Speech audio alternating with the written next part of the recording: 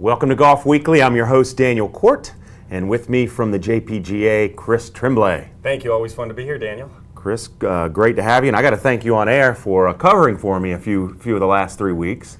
Always nice sitting in, but I'm glad you're back. I think we work as well as a team. Well, I've gotten a lot of good feedback on your performance here. If you keep it up, I'm going to be out of a job. So I don't think so. Thanks so much. So back off a little bit, buddy. I will. All right, moving on. Guys, we're going to do a quick weekend review. Most of you, or any golf fan that follows the PGA Tour, is going to know that Tiger Woods, is he back? Is he not back? His second victory moved into third place in the FedEx Point Cup standings and did it in dramatic style at the Memorial Tournament. Won his 73rd PGA Tour, had his 73rd PGA Tour win at Jack Nicklaus's tournament to tie Jack Nicklaus's all-time win Just record. a weekend loaded with irony. You know, a big weekend up in Columbus. The golf course was playing very challenging. 9 under was the winning score. Tied for second was Rory Sabatini and Andres Romero. They both went ahead and had Tiger and Andres had 67 in the last round. Wow. Rory played well, but just couldn't quite seem to make the things happen at the end that would lend himself to having an opportunity at the very finish. But yeah, what a great week. And you had to kind of feel at the end there for Spencer Levine, because he really hung in there the best he could, and he needed a tie for third or better to go ahead and make himself exempt from qualifying for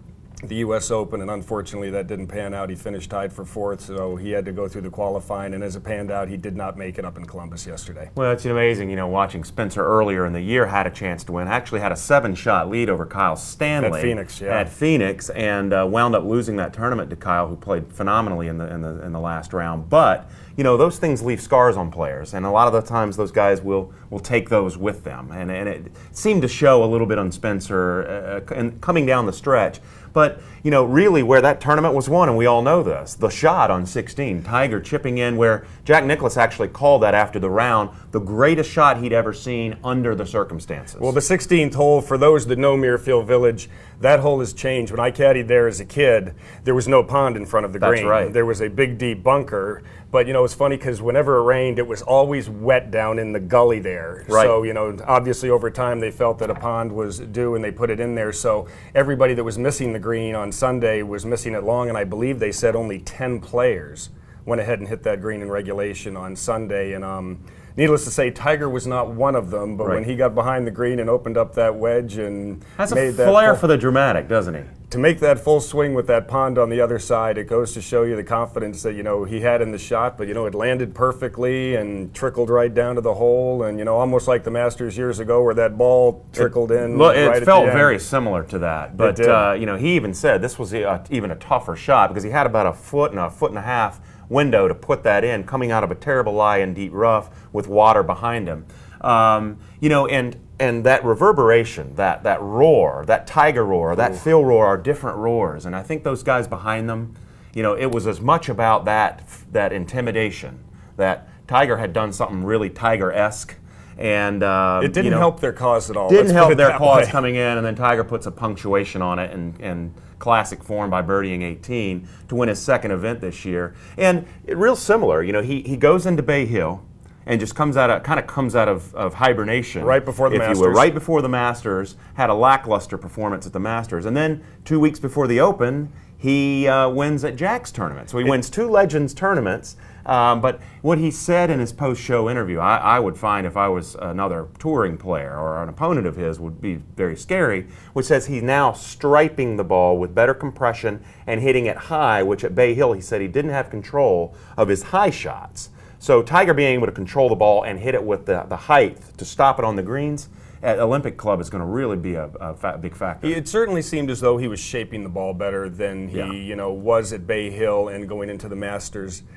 You know, the fairways at Olympic, you have a lot that tilt and kind of fade away at different angles. And, you know, he didn't hit the driver much at Muirfield Village. And, you know, if he chooses not to do it in the Open, whether or not that'll work against him, time will tell. Yeah. But his confidence seems to be definitely brimming. Yeah, he seems to be a happier camper right now. He really does. And, you know, it's almost like, you know, you can hear it in the interviews in his voice that he found that missing piece. And I remember, you know, back in the early 2000s, he sounded a lot like that. Like it's just something he figured out, no one else is privy to, and he takes that with him with a lot of confidence to the golf course.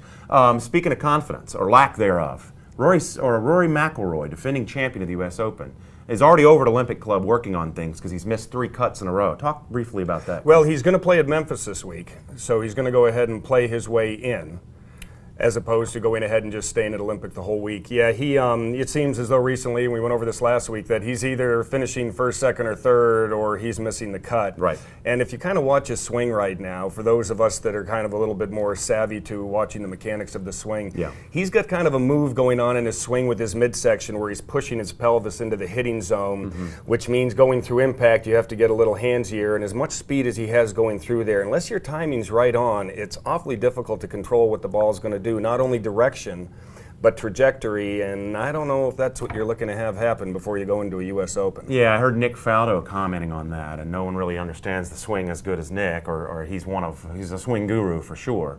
You know, the mechanics, as you said, the speed of his hips they're fast so right fast that his hands aren't matching up, and it can be something often that subtle that can drop you back down the leaderboard. Well, you know, especially at Olympic, you know, you miss the fairway by just a few feet and you're going to have a tough time getting back in the ball game.